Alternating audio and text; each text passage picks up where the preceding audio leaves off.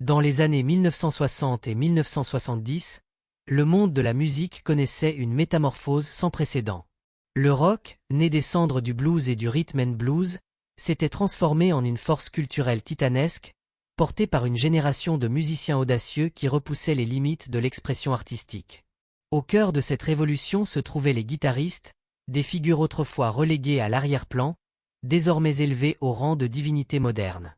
Leurs instruments, des Gibson Les Paul, des Fender Stratocaster, ou des amplis Marshall poussés à leurs limites, étaient devenus des armes de création massive, capables de captiver des foules entières dans des arènes bondées. Londres, épicentre de cette tempête sonore, vibrait au rythme des studios enfumés, des clubs underground, et des concerts épiques où les riffs résonnaient comme des incantations. C'est dans ce creuset que Jimmy Page, le maître d'œuvre de Led Zeppelin, s'est imposé comme une figure incontournable. Avec ses cheveux noirs ébouriffés, ses vestes ornées de dragons brodés, et son regard perçant, Page n'était pas un simple guitariste. Il était un architecte sonore, un alchimiste qui transformait des influences disparates, le blues du Delta, les mélodies celtiques, les expérimentations psychédéliques, en tapisseries musicales complexes. Ses compositions, comme Stairway to Heaven ou Lotta Love, n'étaient pas de simples chansons. Elles étaient des voyages, des rituels où chaque note semblait porter une vérité ancestrale. Page ne jouait pas seulement de la guitare. Il invoquait des mondes, tissant des récits sonores qui transcendaient le rock pour toucher à la mystique. Mais cette ère de gloire était aussi une arène de rivalité. Les guitaristes, portés au sommet par des fans en adoration, se livraient à des batailles silencieuses, où l'ego, la technique et la vision artistique s'entrechoquaient. Page, avec son exigence implacable et sa foi presque sacrée en l'âme de la musique, ne se contentait pas de créer, il jugeait. Ceux qui, à ses yeux, trahissaient l'essence de la guitare par excès de théâtralité, de virtuosité mécanique, ou de simplicité paresseuse se retrouvaient relégués sur une liste noire invisible, frappée par son mépris tacite. Ce récit plonge dans 6 de ces rivalités, des conflits qui ont façonné l'histoire du rock et révélé les fractures profondes entre les titans de l'époque.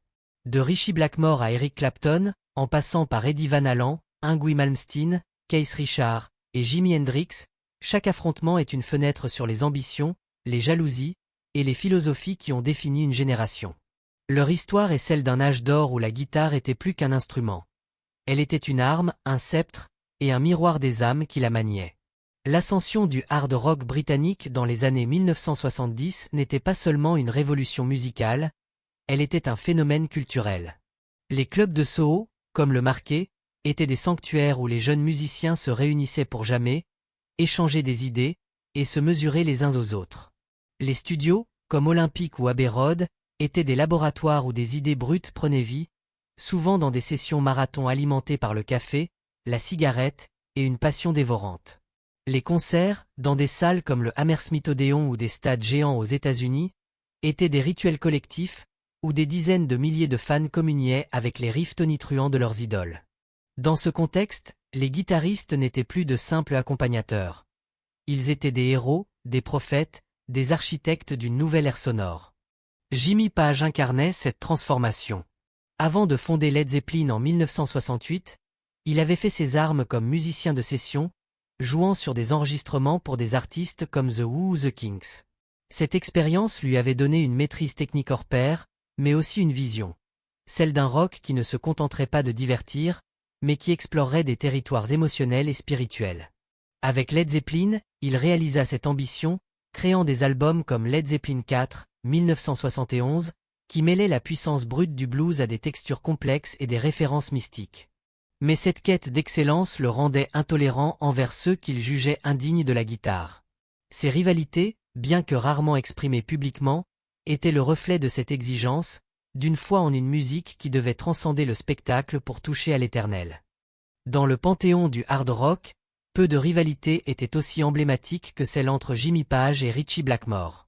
À la tête de Led Zeppelin et de Deep Purple, ces deux guitaristes dominaient les charts et les scènes mondiales au début des années 1970.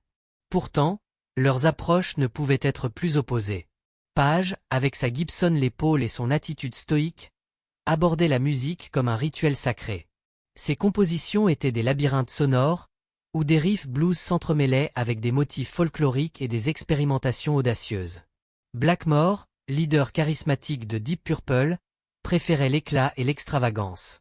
Sa Stratocaster, maniée comme une arme de guerre, était au service d'un style agressif et théâtral, où chaque concert devenait un spectacle médiéval.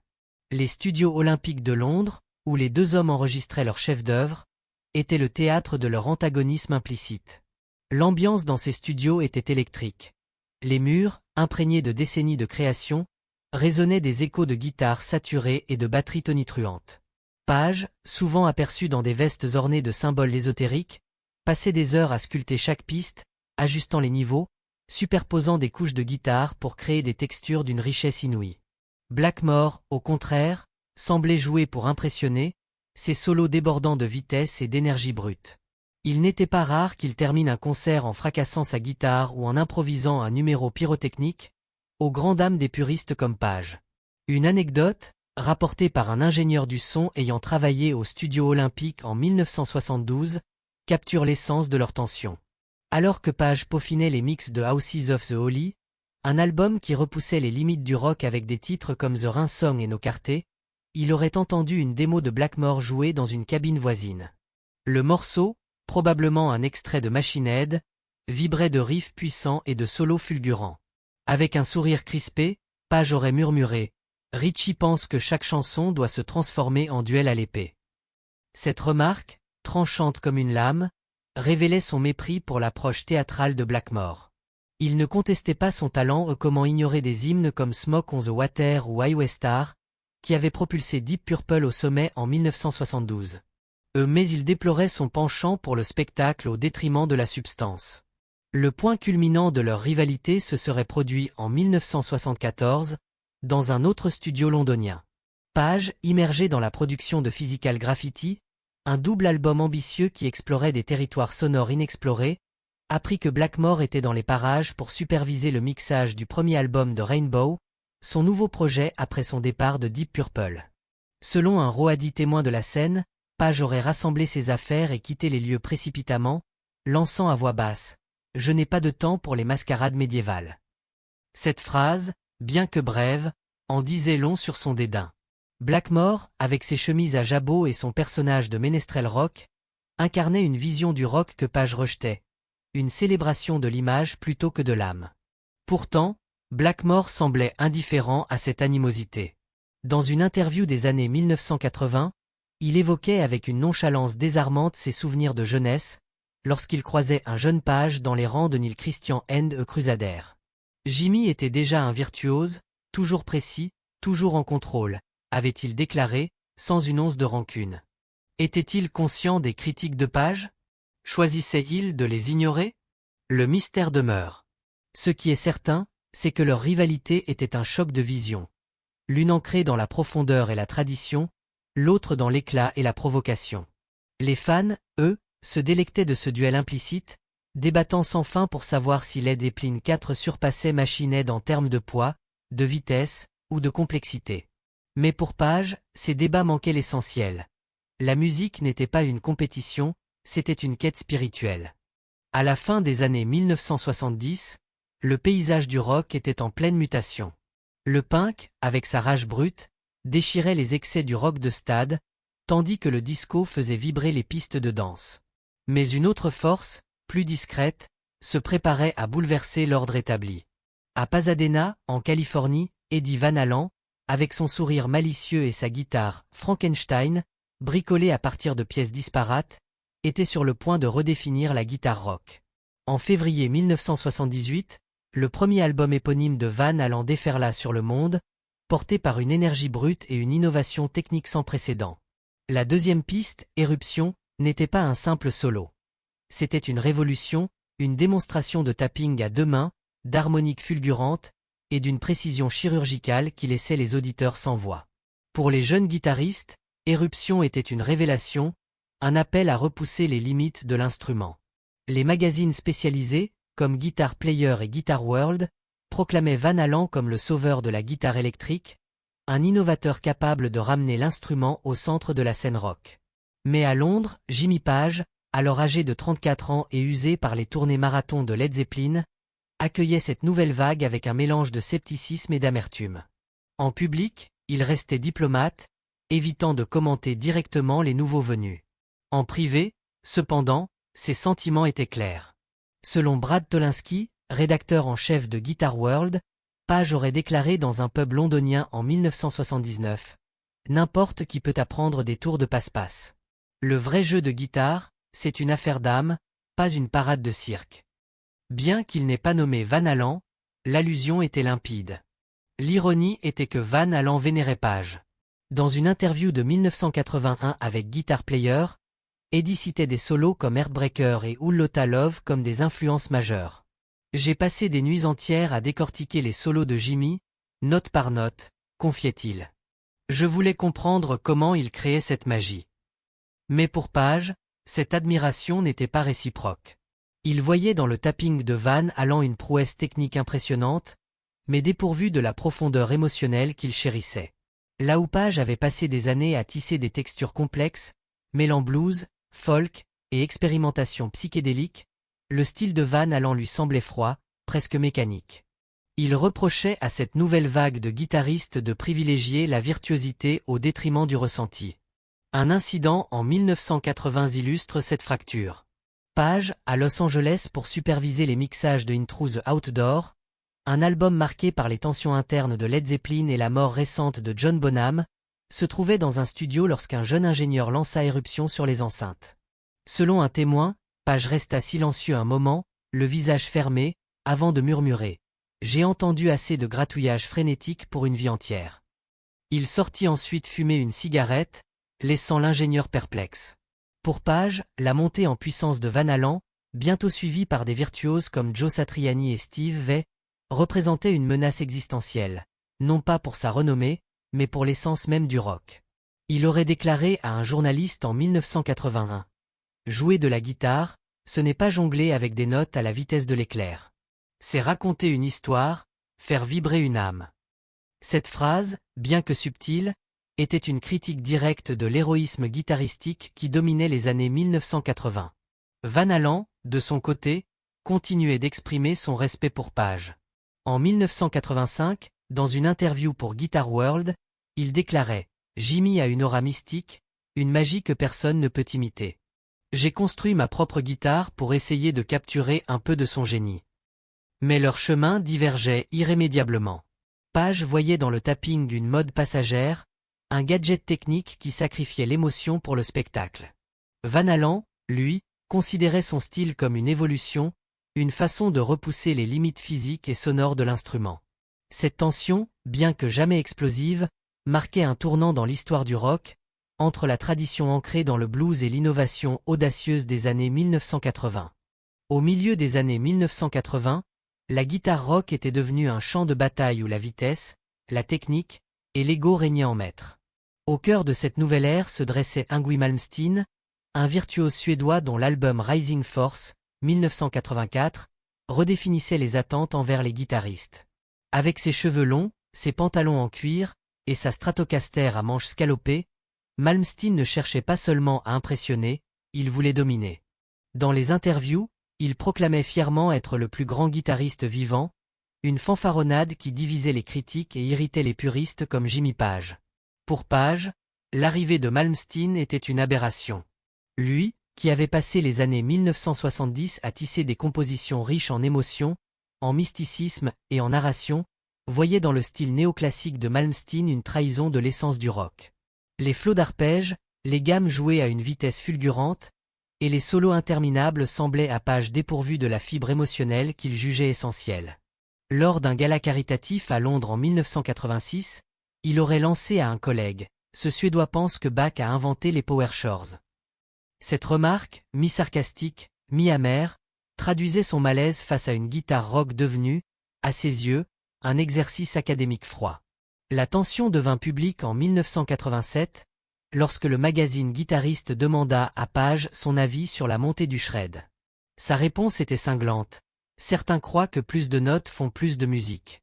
Ce sont souvent les mêmes qui pensent que plus fort, c'est mieux. Les fans comprirent immédiatement l'allusion.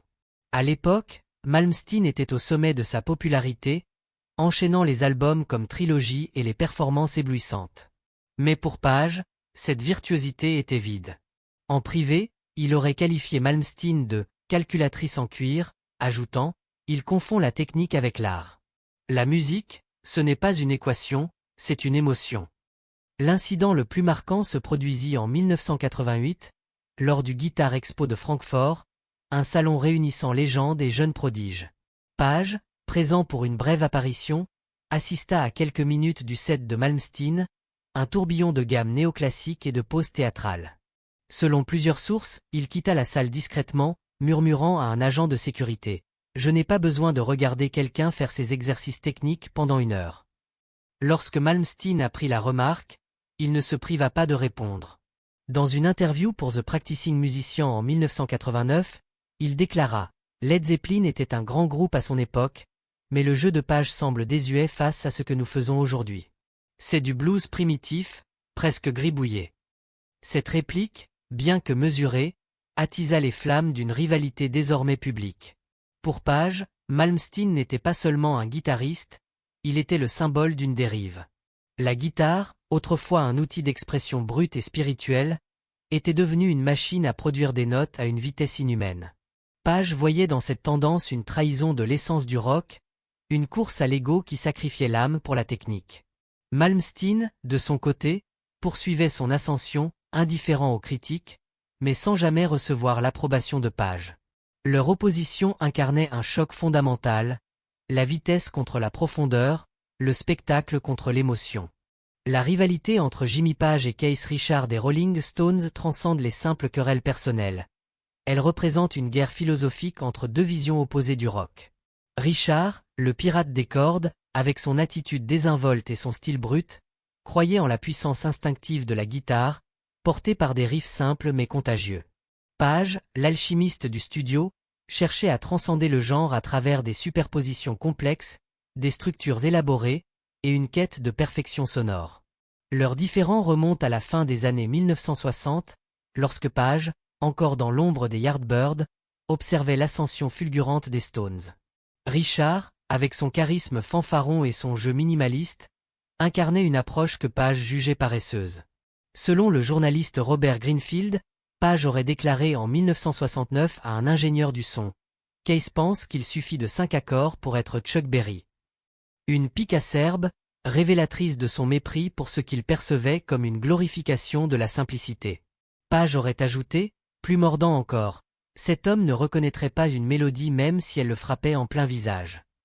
La tension s'intensifia dans les années 1970, alors que Led Zeppelin surpassait les Stones en popularité. En 1973, Zeppelin était devenu le groupe le mieux payé au monde, leurs concerts marathons et leurs albums ambitieux éclipsant les tournées plus spontanées des Stones. Richard, peu impressionné, qualifiait Physical Graffiti de « fouillis prétentieux » et Stairway to Heaven de « chanson qui ne sait pas où elle va ». L'incident du Madison Square Garden en 1975 marqua un point de non-retour. Page, présent en coulisses après un concert triomphal de Zeppelin, tendit la main à Richard. Selon plusieurs témoins, Richard refusa, marmonnant « Je ne serre pas la main des voleurs ».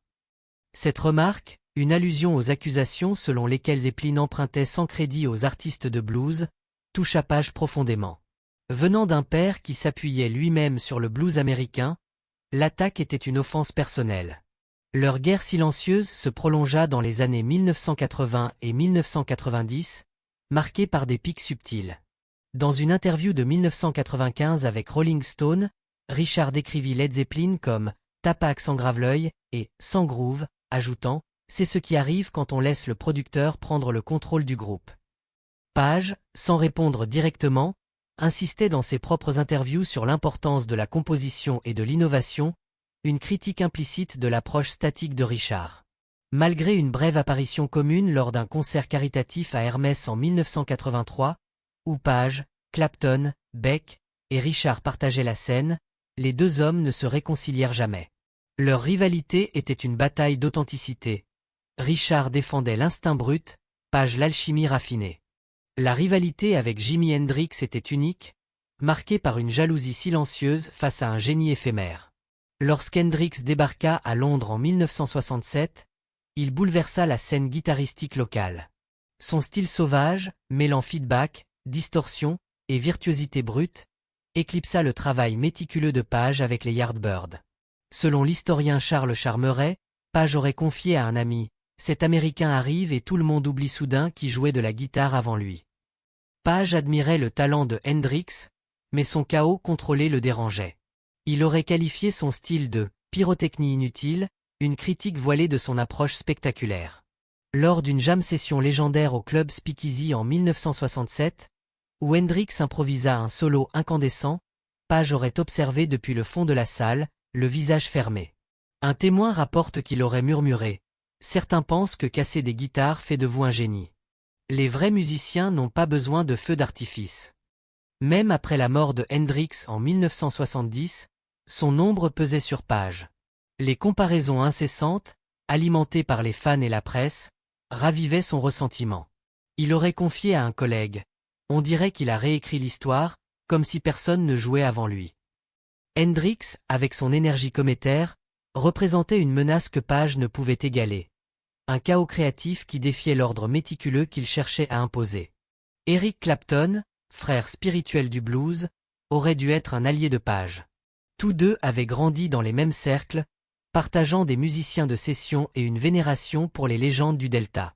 Mais leur rivalité, née dans les années 1960, était alimentée par des visions opposées. Page voyait dans le style épuré de Clapton une forme de médiocrité glorifiée. Il joue 3 plans blues et on l'appelle Dieu, aurait-il dit à un collègue de studio, frustré par la simplicité de Clapton face à ses propres compositions complexes. La tension s'aggrava lorsque Clapton recruta le batteur Jim Gordon, un proche collaborateur de Page, pour Cream. Page perçut cet acte comme une trahison, déclarant à un confident « Eric construit sa carrière sur le talent des autres parce qu'il n'en a pas assez lui-même. » Lors d'une fête privée à Londres en 1971, il aurait lancé « La différence entre Eric et moi, c'est que je crée de la musique, lui se contente de la copier plus fort. » Clapton, plus diplomate, louait le blues puriste tout en ignorant les innovations de Led Zeppelin, renforçant son image de conservateur aux yeux de Page. Ce dernier l'aurait surnommé « le gardien du musée du blues », ajoutant « un homme sans une idée originale de toute sa vie ». Leur rivalité, bien que moins publique que d'autres, était un affrontement entre l'innovation et la tradition, chacun défendant sa vision du blues. Les rivalités de Jimmy Page, bien que souvent silencieuses, révèlent les peurs profondes d'un homme obsédé par l'authenticité. Pour Page, la guitare n'était pas un simple instrument. C'était un vecteur d'émotion, de magie et de vérité. Ses conflits avec Blackmore, Van Halen, Malmsteen, Richard, Hendrix et Clapton ne concernaient pas seulement des égos ou des styles.